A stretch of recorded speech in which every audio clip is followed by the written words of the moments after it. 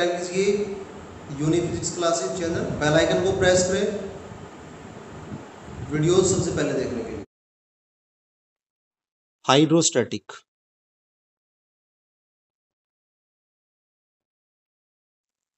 Hydrostatic क्या है? The branch of physics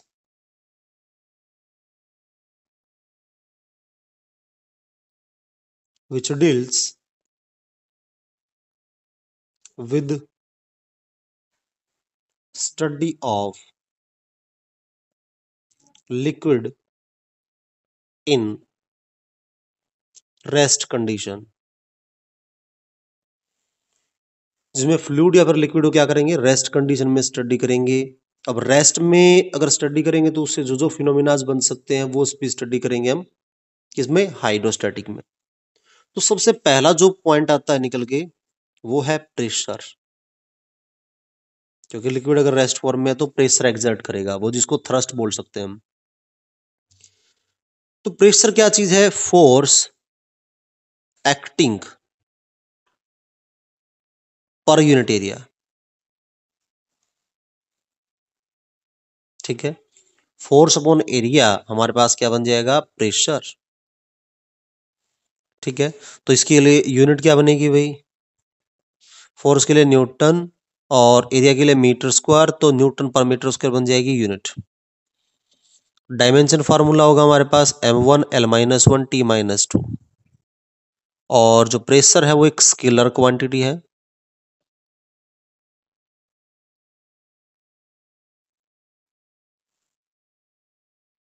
next point है एप्लीकेशन ऑफ प्रेशर।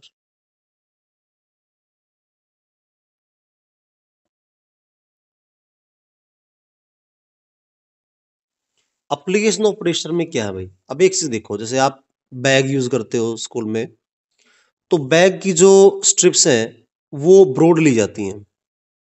क्यों? क्योंकि एरिया क्रॉस सेक्शन अगर उनका ज्यादा होगा, एरिया अगर ज्यादा होगा तो फोर्स अपॉन एरिया ये प्रेशर था। अगर एरिया हमारा इंक्रीज होगा तो फोर्स प्रेशर हमारे पास क्या होगा? डिक्रीज हो जाएगा, क्योंकि फोर्स तो सेम है ना, क्योंकि वेट जो है उसमें तो कोई चेंज नहीं आ रहा। सपोज आपने बैग में 10 नोटबुक रखी हुई है, वो तो एज इट इज रहेंगी, लेकिन अगर स्ट्रिप्स उसकी ब्रॉड कर देंगे तो इससे क्या होगा? प्रेशर जो है रिड्यूस हो जाएगा। ठीक है, तो फर्स्ट एप्लीकेशन बन जाएगी bags are provided broad strips। ठीक है, सेकंड, आपने रेलवे का ट्रैक देखा होगा। रेलवे का जो ट्रैक है वो आपने देखा इस शेप में होता है। ये हम नीचे सीमेंट के पिलर्स यूज करते हैं और इनके ऊपर यहां हम क्या करते हैं भाई? ये पटरी बनाते हैं। ठीक है, तो ये नीचे सीमेंट के जो पिलर्स बना रखे हैं उसका क्या लॉजिक था? क्योंकि अगर मान लिया हम सीमेंट के फ्लोर जो पिलर थे अगर वो यूज नहीं करते तो इससे क्या होता? प्रेशर सिर्फ इन दोनों मेटल की जो हमारे पास पटरी थी इन पे यूज होता सिर्फ। अब जो है प्रेशर जो है वो डिवाइड हो जाएगा बीच के एरिया में, क्योंकि ये इसे ज्वाइंट है, तो प्रेशर जो है पूरे पे डिवाइड हो जाएगा। और प्रेशर अगर पूरे में डिवाइड हो जाएगा तो इसका मतलब क्या होगा? जो पटरी थी जब उसके ऊपर रेल जो है मालगाड़ी अगर चलेगी तो धसेगी नहीं पटरी। ठीक है, तो क्या होगा भाई?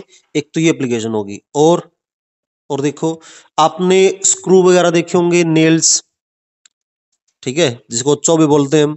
तो ये जो चौबे हैं आपने देखा होगा किसे पतले बनाए जाते हैं। क्यों बनाए जाते हैं? शार्प क्यों बनाते हैं? क्योंकि एरिया क्रॉस सेक्शन कम होगा तो पेनिट्रेशन क्या होगी? ज्यादा, क्योंकि फोर्स तो हम उतना ही लगा रहे हैं बट प्रेशर ज्यादा डेवलप होगा इस पे, और प्रेशर अगर डेवलप ज्यादा होगा तो इसका मतलब क्या होगा? पेनिट्रेशन ज्यादा होगी, प्रेशर अगर ज्यादा होगा तो। और देखो एग्जांपल्स,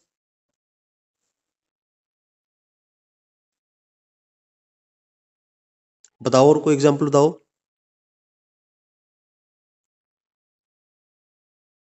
अगर हम बजरियों पे चलते हैं, पेबल्स पे, तो आपने कभी फील किया हो नंगे पांव चलना मुश्किल होता है। ठीक है। लेकिन अगर नॉर्मल सरफेस है तो उस पर इजीली मूव कर सकते हैं। It is difficult to walk barefooted on pebbles। ठीक है, ये प्रेशर की एप्लीकेशन है।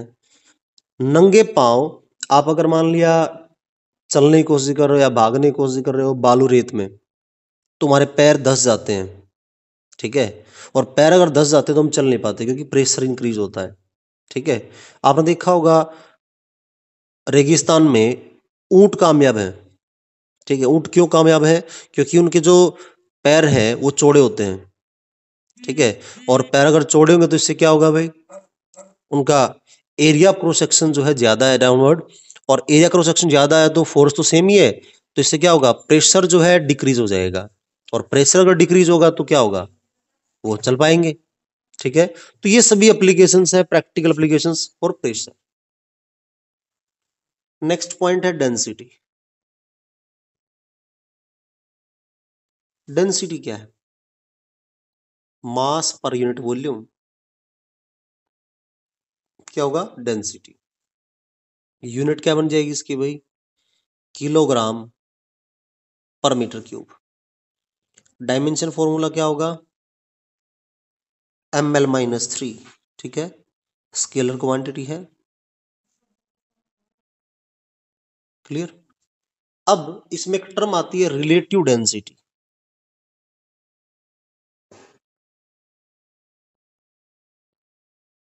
रिलेटिव डेंसिटी क्या है? रिलेटिव डेंसिटी का मतलब है density of substance upon density of water at 4 degree Celsius. आपने यहां ऑब्जर्व किया हो कि वाटर की डेंसिटी 4 डिग्री सेल्सियस पे ली गई है, तो भाई 4 पे क्यों ली? ऐसी क्या खास बात थी इसकी भाई? कोई और टेम्परेचर क्यों नहीं माना हमने? क्योंकि वाटर की डेंसिटी सबसे ज्यादा होती है 4 डिग्री सेल्सियस पे, और वाटर की डेंसिटी जो न्यूमेरिकली यूज करते हैं तो आपको याद रखनी है, डेंसिटी ऑफ वाटर 10⁻³ किलोग्राम पर मीटर क्यूब ली जाती है। ठीक है, अब इस रिलेटिव डेंसिटी का जो कंसेप्ट है ना, यही चीज हेल्पफुल होती है किस चीज को फैक्टर समझने में, कि कोई भी चीज फ्लोट कब करेगी, कब सिंक करेगी। देखते हैं कैसे। आपने देखा होगा कि जो जहाज हैं, पानी के जहाज जो भी हैं, वो कितने ब्रॉड होते हैं, कितने बड़े लंबे होते हैं, वो नहीं डूबते हैं। ठीक है, लेकिन आप बाल्टी में एक पेंच डाल दो, ठीक है, वो पेंच डूब जाता है, वो पेंच जो है डूब जाता है। तो रीजन क्या है? क्योंकि बिल्कुल, वो बेटा वैक्यूम भी क्रिएट कर रखी है, नीचे चैम्बर होता है जो उसको खाली लेते हैं हम।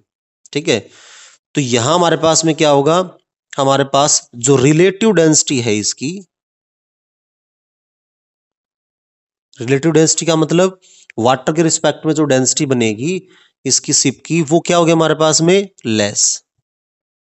ठीक है, ऑफ शिप इज लेस।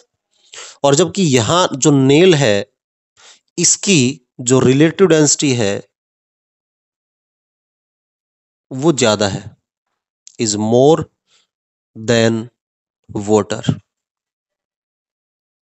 ठीक है, अगर आप लोगों ने कभी देखा हो, जैसे गांव में तालाब होते हैं तो उसमें क्या करते हैं भाई, जैसे पेड़ काट दिया कोई भी, पेड़ को काट के अगर लकड़ी बनानी है उसकी, लकड़ी बनाने का मतलब पहले जैसे हम दरवाजे बनाते हैं ना, तो पहले क्या करते हैं, उस पेड़ को काट के पानी में फेंक देते हैं काफी दिन तक, तो जितना उसको पानी सोखना है ना वो सोख लेता है।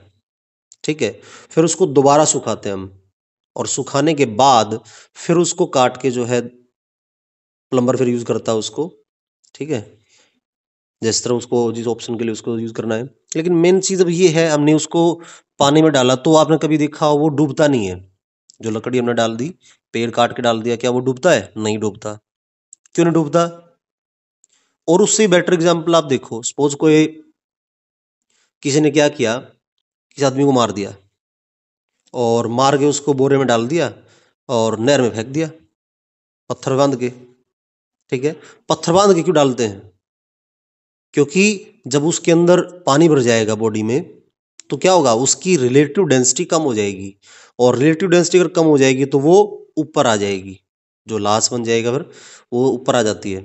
ठीक है, तो क्यों ऐसा क्यों होता है? क्योंकि डेंसिटी उसकी कम हो जाएगी वाटर के रिस्पेक्ट में। ठीक है, तो पहले ऑब्जेक्ट की डेंसिटी ज्यादा थी, उस पर्सन की डेंसिटी ज्यादा थी इन दैट ऑफ वाटर, तो वो ऊपर नहीं आ रहा था, डूब गया था, वो सिंक हो गया था। ठीक है, लेकिन जब उसकी डेंसिटी कम हो जाएगी वाटर के रिस्पेक्ट में तो क्या होगा, वो फ्लोट करना शुरू कर देता है। ठीक है, तो ये रिलेटिव डेंसिटी कंसेप्ट है, इसी के बिहाफ पे लॉ ऑफ फ्लोटेशन बना दिया। When density of object is greater than density of water, तो ऑब्जेक्ट क्या होगी भाई? सिंक होगी, object sink. Second point, density of object is less than density of water or liquid, then object will float. Third point, when density of object is nearly equal to या equal to density of water or fluid, तो क्या होगा? Object will partially sink. Object will partially sink.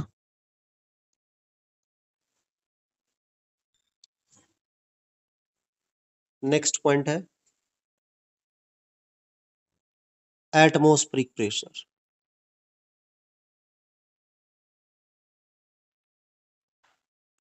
Atmospheric pressure क्या है? Atmosphere में बहुत सारी gases हैं। ठीक है, और वो गैसेस मिलके जो कंबाइंड प्रेशर एक्सर्ट करेंगी उसको क्या नाम देंगे? Atmospheric pressure. एटमॉस्फेयर की जो हाइट है उसको अगर मैं एच काउंट करूं तो प्रेशर का फॉर्मूला क्या होगा? एच रो जी। एच क्या है? Height. We assumed rho is the density of all gases, और जी हमारे पास में क्या है? Acceleration. H height of atmosphere. ठीक है, यहां से हम height of atmosphere find out कर सकते हैं पी बाई में rho g. P is pressure, rho is density, and G is acceleration due to gravity. Next point है pascal law.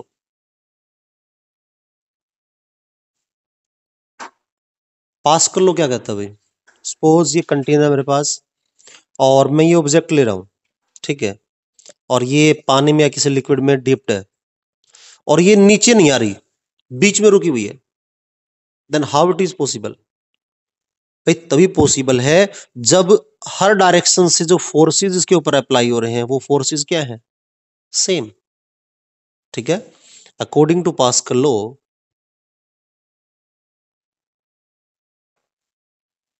at equilibrium condition,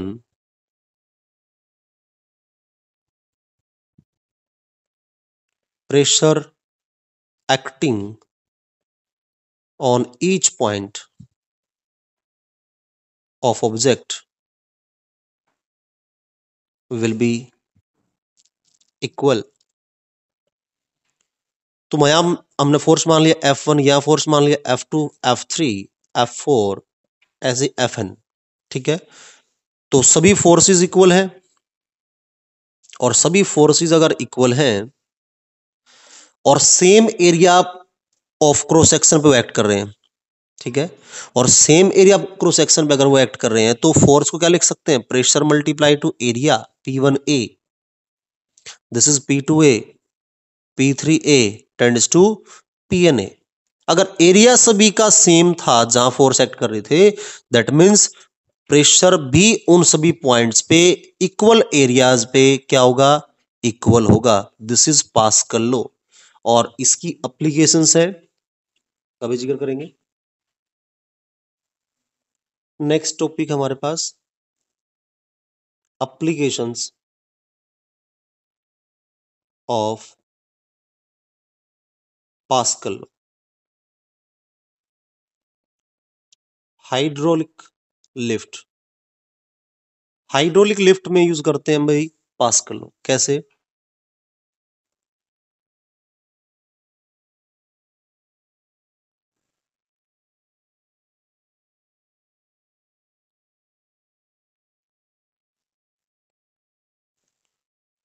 यहां area cross section capital A मान लिया मैंने, ज्यादा एरिया है, यहां स्मॉल ए zoom कर लिया मैंने, और ये मेरे पास में है एक पिस्टन जिसके ऊपर फोर्स अप्लाई करेंगे, ये पिस्टन है, और यहां हमारे पास बीच में जो फ्लूइड है वो फिल किया है, ठीक है।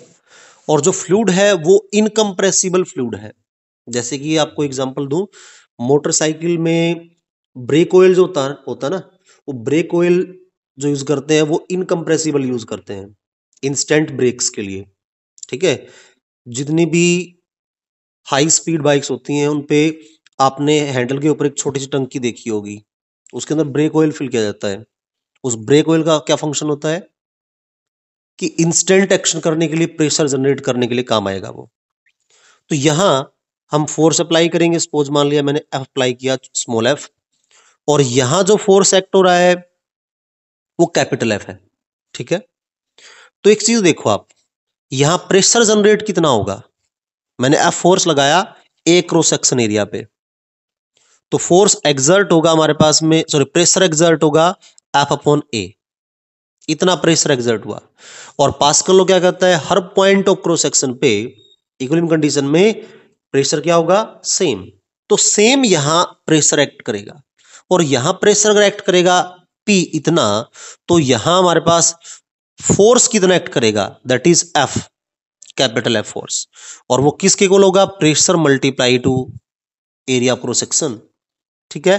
जबकि प्रेशर की वैल्यू कितनी निकाल रखी है हमने पहले, F upon A, multiply A is equal to F. अब यहां से आपको क्लियर विजिबल है कि capital A is greater than small A, और कैपिटल ए अगर ग्रेटर है स्मॉल ए से, that means capital A upon A will be greater than 1। भाई ए ज्यादा है कैपिटल ए वाला स्मॉल ए से, तो रेशो जब डिवाइड करेंगे तो क्या आएगा, मोर देन 1 ही तो आएगा, और मोर देन 1 आएगा तो इसका मतलब क्या हुआ कि जो कैपिटल एफ एफ फोर्स यहां एक्ट करेगा, अप्लाई मैंने स्मॉल एफ किया है, ठीक है, यहां से हमने पिस्टन में फोर्स अप्लाई किया एफ, लेकिन यहां इसको लिफ्ट अप करेगा ये चीज, तो यहां एक्ट जो करेगा वो होगा कैपिटल एफ, और वो किसके इक्वल होगा, ग्रेटर होगा किससे, किससे ग्रेटर होगा भाई, स्मॉल एफ से। So we apply less amount of force but act more than that of applied force, ठीक है। तो फोर्स अप्लाई करेंगे हम कम, और एक्ट जो करेगा वो क्या होगा, ज्यादा। तो ये था हाइड्रोलिक लिफ्ट, पास कर लोगे भी आप पे।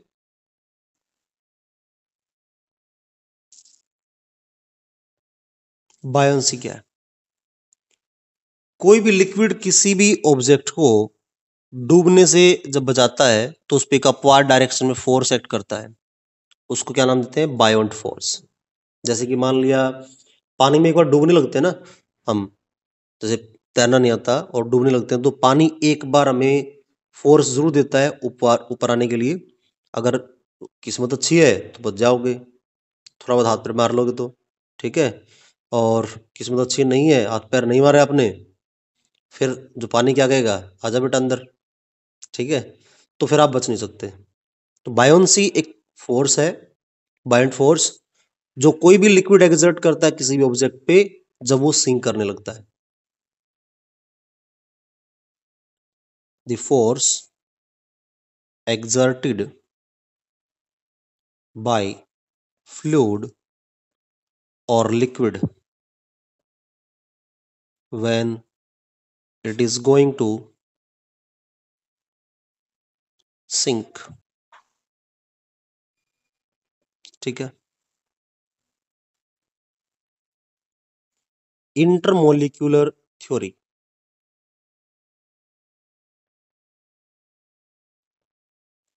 इंटरमोलिक्यूलर थ्योरी क्या है, सपोज ये इस कंटेनर में पानी भरा हुआ है, ठीक है, और आपने कभी ऐसा देखा है कि वे पानी जो है ऊपर से भरा हो, नीचे से भरा हो और बीच में से खाली हो, इज इट पॉसिबल? नहीं भाई, गिलास भरा है तो जितना भरा है उतना ही तो भरा होगा। ऐसा नहीं बीच में खाली हो जाए, ऊपर से पानी भरा हो और नीचे भरा हो। ऐसा क्यों नहीं होता? क्योंकि इंटरमोलिकुलर फोर्स जो थ्योरी है वो एक्ट करती है। कैसे? यहां इंटरमोलिकुलर फोर्स जो है वो इस तरह फोर्सेस बनाएंगे, अपवार्ड पे, नीचे की तरफ। ठीक है, तो नीचे की तरफ अगर फोर्स बनेगा हर पॉइंट पे इस वे में, ऊपर तो बन ही नहीं पा रहा क्योंकि ऊपर लिक्विड नहीं है, तो यहां जो मॉलिक्यूल होंगे उसमें हर डायरेक्शन में फोर्स एक्ट करेगा। तो इसका मतलब यहां जो फोर्स एक्ट कर रहा है वो एक नई चीज क्रिएट कर रहा है, और वो नई चीज क्या है? Surface tension. ये सरफेस टेंशन क्या है? किसी भी फ्लूइड या लिक्विड की वो प्रॉपर्टी है जिसकी वजह से वो मिनिमम एरिया एक्वायर करता है। सपोज मैं आपसे अगर क्वेश्चन दूं, why the rain drops are spherical in shape, तो आपका आंसर क्या होगा? Due to surface tension. क्योंकि सरफेस टेंशन वो प्रॉपर्टी है जिसकी वजह से कोई भी जो लिक्विड है, जो फ्लूइड है, वो क्या करेगा? मिनिमम एरिया एक्वायर करने की कोशिश करेगा। क्या नाम देंगे उसको? Surface tension. ठीक है, अब यहां बात कर रहे थे मैं इंटरमोलिकुलर फोर्सेस की। तो ये दो टाइप के हैं फोर्सेस हमारे पास। फर्स्ट है एडिसिव फोर्स, और सेकंड हमारे पास है कोहेसिव फोर्स। एडिसिव और कोहेसिव फोर्सेस क्या है? आप फेविकॉल यूज करते हैं या फेविक्विक यूज करते हैं, तो वो क्या है? एडिसिव्स। ठीक है, क्योंकि वो दो डिफरेंट सब्सटेंस को पेस्ट करने के काम आते हैं, आपस में चिपकाने के काम आते हैं। जैसे कि बोर्ड के ऊपर जो हमने ये सनमाइका जो चिपका रखी है, वो कैसे चिपक? हमने फेविकोल यहाँ पे अप्लाई किया है। तो फेविकोल क्या करेगा? दो डिफरेंट सब्सटेंस के मॉलिक्यूल्स को क्लोज लेके आता है, उनके बीच एक फोर्स ऑफ अट्रैक्शन क्रिएट करता है, उसको नाम देंगे एडिसिव फोर्स। तो उसका मतलब the force acting between molecules of different substance is known as adhesive force. Cohesive में क्या होगा?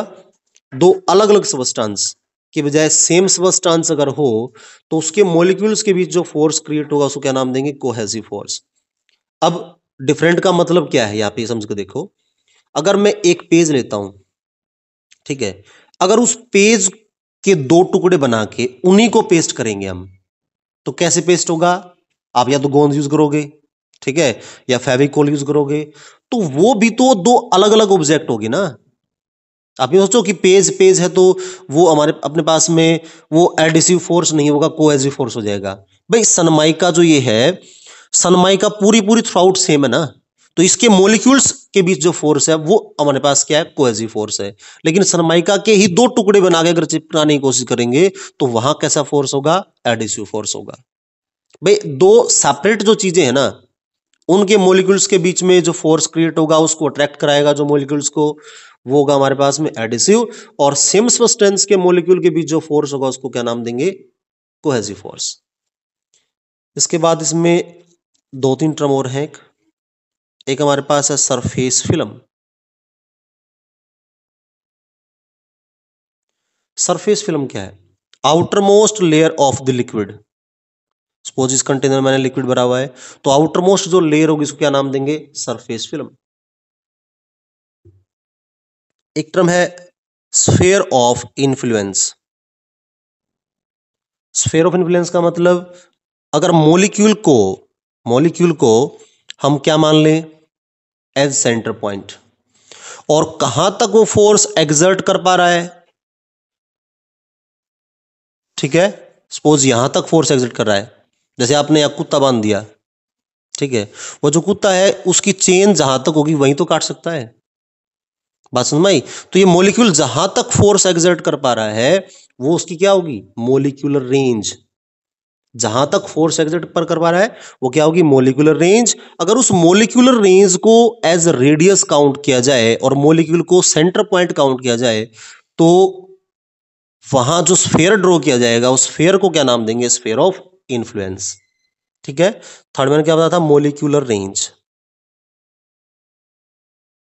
मॉलिक्यूलर रेंज क्या है? मैक्सिमम कितने डिस्टेंस तक वो फोर्स एग्जर्ट कर सकता है या एक्सपीरियंस कर सकता है मॉलिक्यूल, उसको नाम देंगे मॉलिक्यूलर रेंज। और अगर मॉलिक्यूल की रेंज को हम रेडियस काउंट करें और मॉलिक्यूल को सेंटर पॉइंट काउंट करें, तो जो स्फीयर ड्रॉ किया जाएगा उसको क्या नाम देंगे, स्फीयर ऑफ इन्फ्लुएंस।